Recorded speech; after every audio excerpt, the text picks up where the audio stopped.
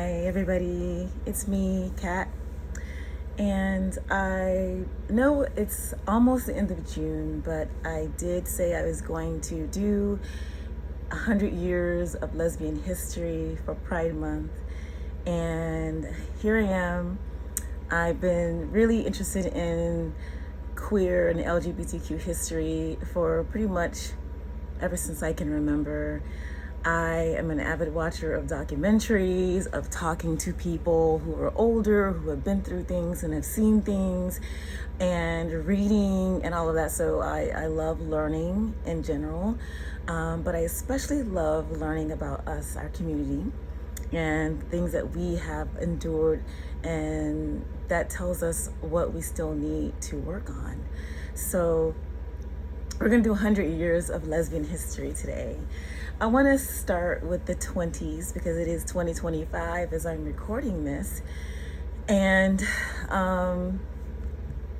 okay, so a lot of you also know I'm a big music lover as well.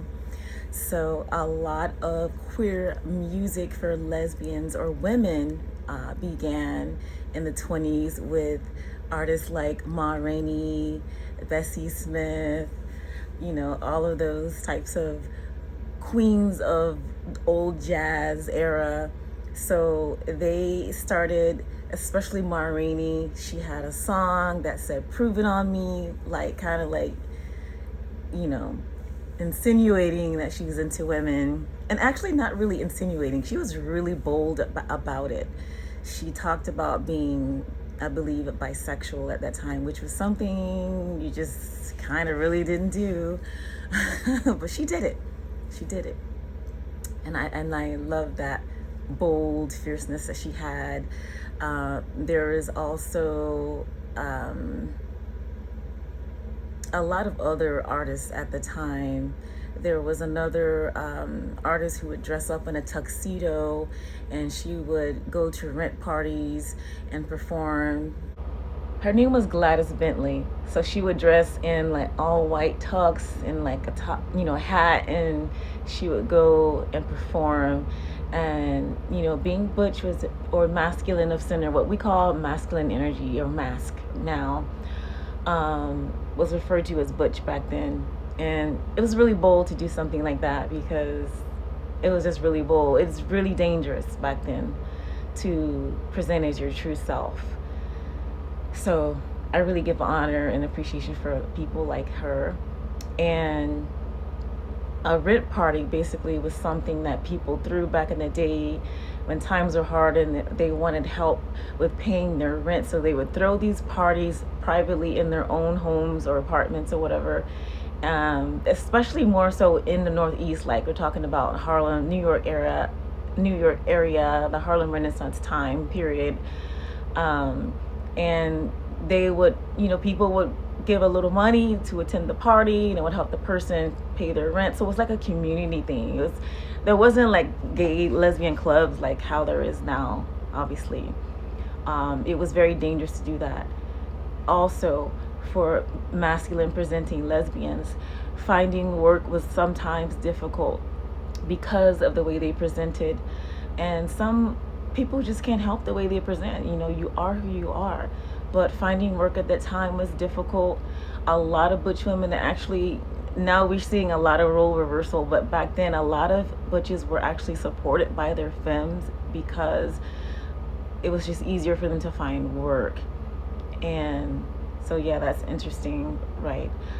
So now we're not in that whole energy. We're not about antiquated things, but at the time it was necessary for survival, right? So being outed at your job was also very, very much something people would fear because obviously, losing your job, and there was always that fear of someone saying something or someone outing you. And if you're in a gay space, someone were to be mad at you and decide they want to out you secretly or anonymously, it was always a fear. People now don't understand the ways that have been paved for us to experience the freedoms that we have right now. And even still in certain parts of the country and the world, you still can't be free. You still can't be yourself because it's dangerous.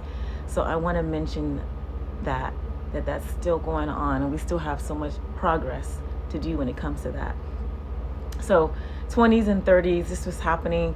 So when there were lesbian underground clubs going on, the vibes are very cut and dry. It was more like you're either butch or you're femme, right? So we're not like how we are in this space now, where people's energies are fluid and they're free to express the various parts of themselves, which is a beautiful thing. Back then, this wasn't like that. You kind of had to flow into what you leaned more into, was either masculine or feminine. However, I want to bring up the term kiki, because a kiki woman was a woman who was versatile in that she would present either butch or femme, depending on her mood or depending on her partner. Most of the time, it would depend on her partner. So this was a woman, a kiki was a lesbian who was able to kind of like rock both energies or both looks. She would be in a dress and makeup one day, and then she would be in a men's suit another day. A lot of the times it depended on her partner. Some women were fluid, like if their partner was femme, they would be more butch. If their partner was butch, it would be more femme. They were also versatile in what they were attracted to at that time. So kind of like a lot of women are now, but Kiki was kind of sort of like maybe probably frowned upon as someone being confused. I'm pretty sure.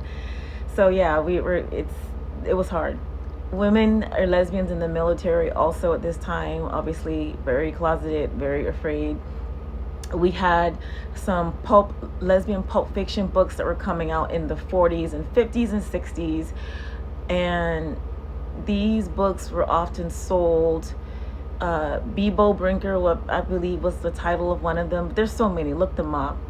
A lot of these were in bookstores where lesbians would go, and they would like, low key be like buying them and hiding them and reading them, because they were these kind of like cheesy romance novels. Not all of them were cheesy. I actually really enjoyed reading some of the older lesbian pulp fiction. A lot of the writing style obviously is antiquated, but just the general feel, to know what it is that women were reading and what they were experiencing and how they were expressing themselves in their writing was very interesting. So lesbian pulp fiction came out at this time. The themes were always usually, being in the closet or having this secret forbidden attraction to another woman. A lot of it was also butch femme or masc feminine oriented writing. A lot of it was military oriented writing, like being in the barracks with other women and stuff like that, So we had that come out during that 40s and 50s time as well.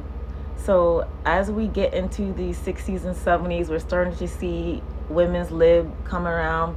We're also starting to see, mostly predominantly in the 70s, where the androgynous movement was pushed hard.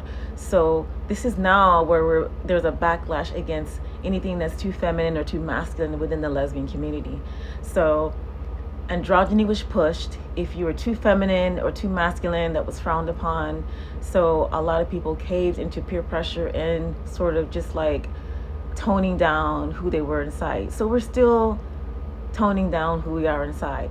If you really wanted to be feminine, if you really enjoy wearing feminine clothing or makeup or high heels or dresses or whatever, that was seen as catering to the patriarchy or heteronormative ways of being, when honestly people were just being themselves. So in the energy of trying to not be or present heteronormative, you're still stifling people's self-expression. So we're in that phase. So 70s, 80s, people are starting to push back. People are like, hey, I like being feminine. I like being masculine. This is me. I'm comfortable like this.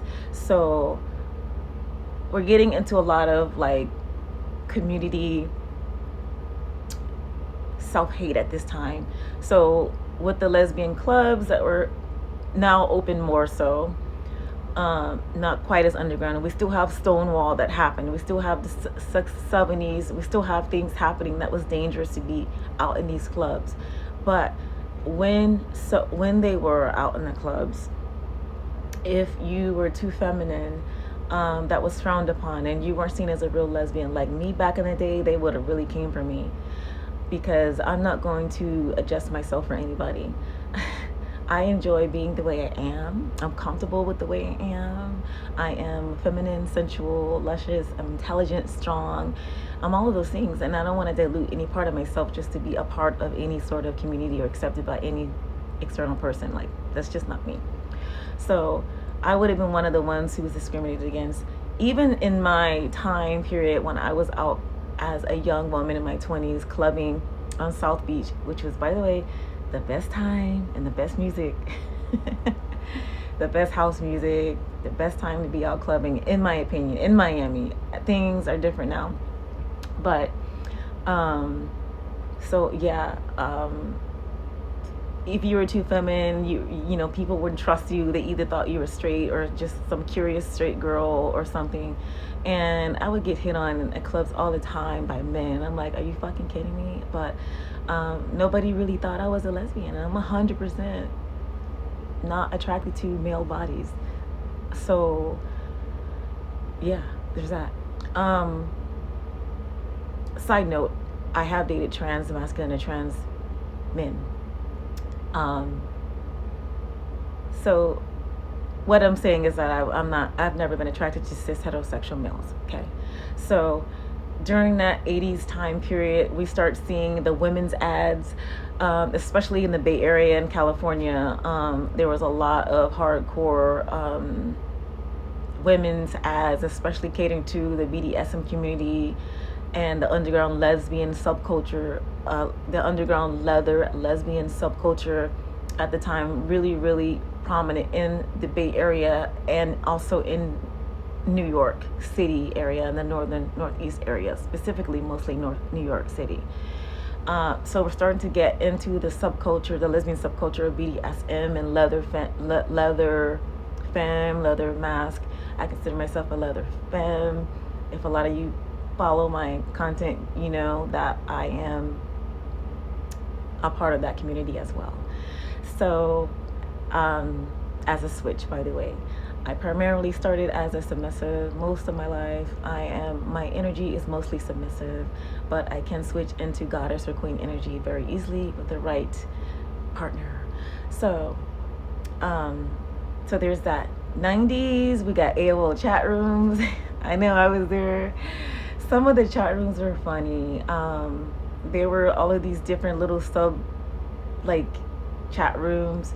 There was chat rooms for butch femme. There was chat rooms for fantasy role play, any kind of role play you wanted. Like if you were into like medieval BDSM, if you were into it was just like something for everybody.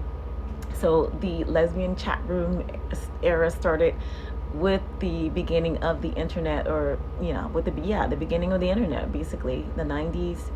We had AOL, we had some other spaces. There were some other Black online spaces that women were going to meet each other as well. There was butchfemme.com. There was what's the name of this?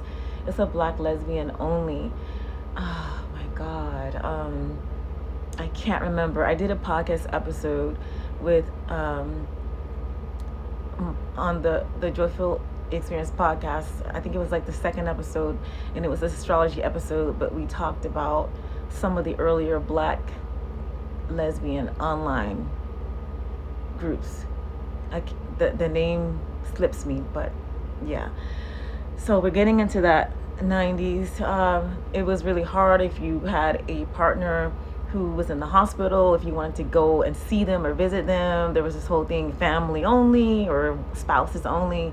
Obviously, gay marriage and adoption was not legal at that time. So there was that hardship that we had to go through to just even see somebody, or to even have your partner receive what you have in your will if you passed away, because their family was going to fight you because you're nobody but a roommate. That's the whole roommate thing. When people are afraid to be out, their lover was also referred to as a roommate. I hate hated that. I was never nobody's roommate, I can just tell you that. But for people who were in the closet, using the term roommate was very popular to describe your partner, unfortunately. Okay, now we're in the 2000s, early 2000s. Things are starting to like kind of progress a little bit, and then now we have gay marriage and adoption that is legal now, so that's good.